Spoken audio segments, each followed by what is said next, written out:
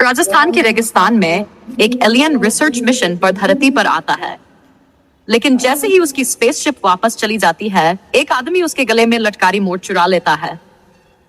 वही रिमोट उसकी स्पेसशिप को वापस बुलाने का एकमात्र जरिया था। बिना रिमोट के वह धरती पर फंस जाता है। दूसरी तरफ बेल्जियम में जगत जननी सहानी और जग्गू नाम की लड़की पत्रकारिता की पढ़ाई कर रही होती है। वहीं उसकी मुलाकात पाकिस्तान के सरफराज यूसुफ से होती है और दोनों एक दूसरे से प्यार करने लगते हैं।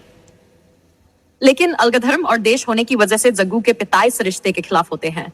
उनके गुरु तेजस्वी महाराज भविष्यवाणी करते हैं कि सरफराज जग्गू को धोखा देगा।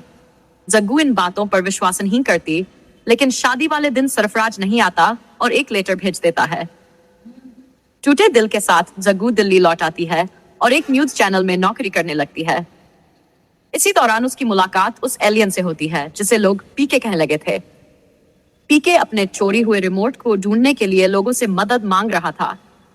शुरुआत में जग्गू को उसकी बातें पागलपन लगती है, लेकिन धीरे धीरे उसे यकीन हो जाता है कि पीके सच में एलियन है। पीके बताता है कि धरती पर आने के बाद उसने इंसानों की भाषा, कपड़े और रीति रिवाज सीखे।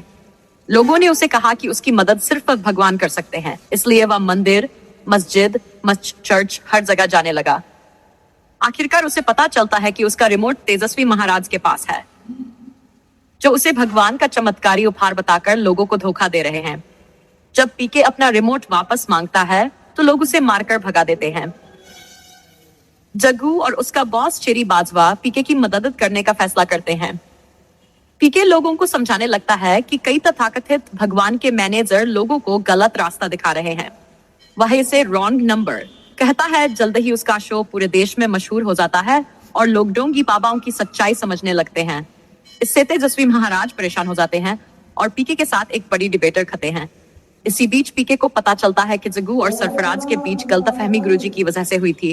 डिबेट के दौरान इस सामने आता है कि दोनों को मिलेटर असल में किसी और के लिए। जब जग्गू सरफराज से बात करती है तो दोनों की सारी गलतफहमियां दूर हो जाती हैं। आखिर में जग्गू के पिता तेजस्वी महाराज से रिमोट लेकर पीके को दे देते हैं। अब पीके अपने गृह वापस जा सकता था।